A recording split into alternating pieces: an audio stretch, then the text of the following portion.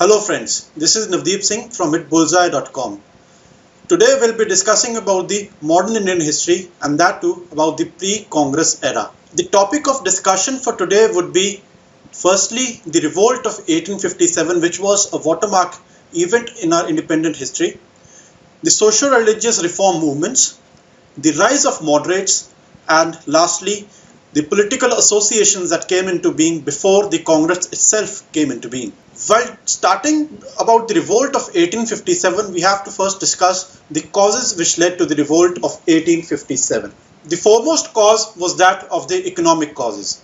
While discussing economic causes, we have to see that all the sections of the population at that time, namely the nobility, the peasants, the handicraftsmen, all of them were quite suppressed because of the policies or the economic policies of the British. The people were also concerned about the religious policies that were being followed by the British, and against that people started revolting, which was again one of the major reasons of revolt of 1857. When we have to discuss the religious issues of the time, we are reminded of issues such as abolition of sati, issues such as work of Christian missionaries. All these reasons led to the revolt of 1857. But among all other causes, most important was that of the military causes. When we discuss the military causes, there were certain reasons. The foremost of them were that the sepoys were asked to cross seas. And the belief at that time was that when a person crosses seas, he would lose his religion.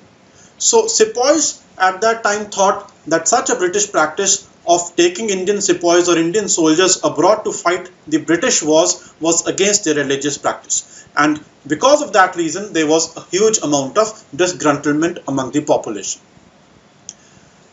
In the military causes, and while discussing the military causes, the biggest name that comes to our mind regarding the revolt of 1857 is that of Mangal Pandey. Sepoy Mangal Pandey belonged to the 34th Native Infantry, which was stationed at Barakpur. And we all know about his story, how he revolted and how his particular action started the revolt of 1857. Various centers of revolt of 1857 were Delhi, Kanpur, Lucknow, Jhansi, Bareilly, among others. So, according to each center, we have a particular leader. For Delhi, it was General Bakht Khan. For Kanpur, it was Nana Sahib. For Lucknow, it was Hazrat Mahal. For Jhansi, it was Rani Lakshmi Bhai. And lastly, for Bareilly, it was Khan Bahadur. After discussing the causes and the centers of the revolt of 1857, we should also be aware about the consequences of the revolt of 1857. The first consequence was that the direct responsibility for the administration of India, of the country, was assumed by the British Crown itself. It would no longer be through the East India Company. Henceforth, the British nobility or the British Crown would be taking care of affairs of India in our country. The era of annexations and expansion of the British Empire ended. Annexation means the taking of empire or smaller empires or smaller areas of local princes and amalgamating them into their own empire. So this thing would stop after the revolt of 1857. And lastly, the racial hatred and feeling of suspicion between the Indians and the English aggravated. After discussing the revolt of 1857, we come to the socio-religious reform movements. Firstly, we will discuss about the personalities that were associated with the socio-religious reform movements. The foremost personality was that of Raja Ram Mohan Roy. Raja Ram Mohan Roy is famously called the Renaissance man of India. He was a gifted linguist who used or who could speak languages such as English, French, Hindi, German, Spanish. This was a very big thing at that point in time. Raja Ram Mohan Roy also brought about political awakening of the country. He established organizations such as Brahmo Sabha and Brahmo Samaj in 1830, which worked in the field of social upliftment as well as political and national upliftment of the people. Next in line was Swami Vivekanand ji. Swami Vivekanand's original name was Narendranath Datta. He was a priest in a temple in Kolkata, and he believed that service of man is service to God. His only mantra was this. He never asked the people for any religious donations, any religious activity, any social work. He only said that one should work for the upliftment of man, and that in result would be the service of God. A very popular thing about Swami Vivekananda was that he addressed the World Conference of Religions in Chicago, where his address to the people was so impactful that Hinduism started to be considered a major religion in the world henceforth. Next social religious reformist is that of Swami Dayanand. Swami Dayanand is again one of the person who has worked in the field of education and religious upliftment or revivalism. Swami Dayanand wrote a book called Satyarth Prakash, in which he propagated that we should go back to the Vedas. He had such a firm belief in the Vedas that he said that anything written in the Vedas, either technical or not, either scientific or not, is infallible. In the field of education, Swami Dayanand contributed in the field by establishing the Dayanand Anglo-Vedic colleges, which are still in existence and are still contributing a lot to the nation building. Next is that of work performed by Satya Shodhak Samaj. This was a society or an association which was founded by Jyotiba Phule, and it worked in the field of lower class upliftment and education, specifically of the girl child. Jyotiba Phule wrote a book called Gulamgiri, in which he propagated his ideas again about the education of girl child. Last personality that is worth discussing is about Henry Vivien Desrosiers. Henry Vivien Desrosiers is popularly called as the first modern Indian man.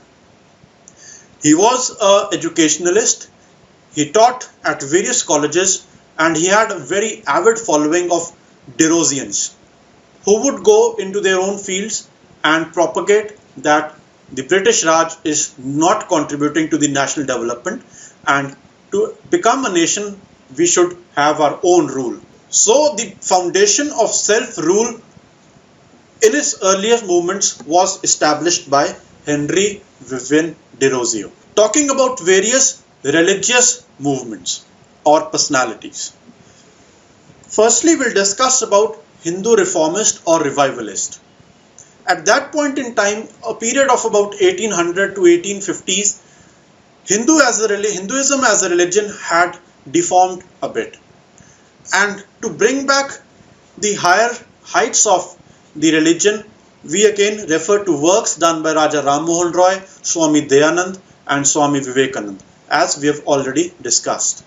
Talking about Muslim reformists. Now, Muslim reformists and revivalists have been of various schools, namely the Deoband, the Wahhabi, the Aligarh school and others. Of these, Aligarh school was the most prominent. In the Aligarh school, we are reminded of the name of Sayyid Ali Khan, who established the Aligarh Muslim University. And hence, we can say that Muslim reformists worked in the field of education in a big manner. Next is the Parsi reform movements. In the Parsi reform movements, the biggest contribution has been that made by Dadoba Pandurang and also by Dadabai Naroji. They had worked in the field of bringing belief back into the Parsi practices and henceforth reviving the Parsi religion. Last is the Sikh reformist movements. These were of two types. Firstly, the Singh Sabha movement and the Khalsa movement.